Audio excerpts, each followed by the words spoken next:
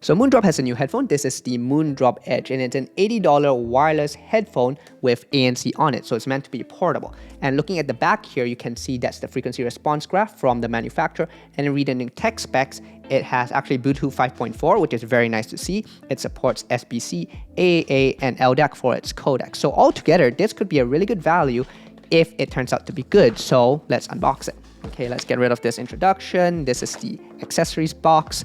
And looking inside here, we get a pretty generic leather carrying case, I guess, which is better than nothing, as well as a USB-C charging cable. In terms of build quality, I think the Edge is perfectly acceptable. Obviously, this corner's being cut here. It's $80. It won't feel as premium as an Apple or Sennheiser or Bose headphone, but at the same time, it's miles better than those cheap gaming headsets.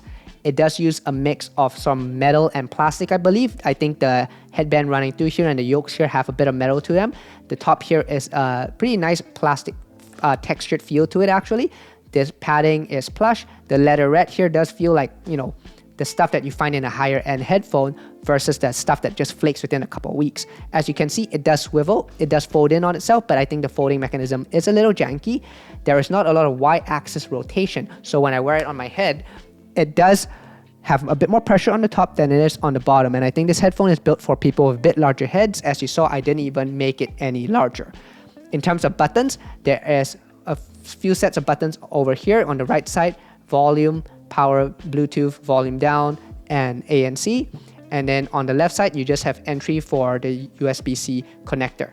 The pads are okay. It is a little bit shallow as the center does stick out a little, but otherwise, I didn't really have any issues with comfort here. My first impressions of the sound is that this is actually not too bad.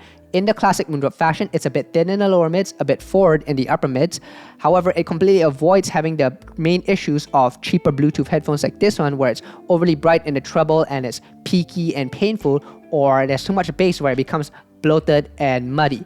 This is a mid-range focus sound, which is a good thing, and I think they got there using EQ or DSP. Now, speaking of EQ, there are different EQ options in the app that you can go into, and I'll talk about that in my actual review. As far as the perceived technicalities go, it is pretty limited, but that's to be expected from a Bluetooth headphone like this one. Lastly, from a usability standpoint, these do exactly what I expect a good pair of Bluetooth headphones to do, which is have no issues with connection. It's stable and reliable. There's no random white noise in the background. There's no weird artifacting with the sound.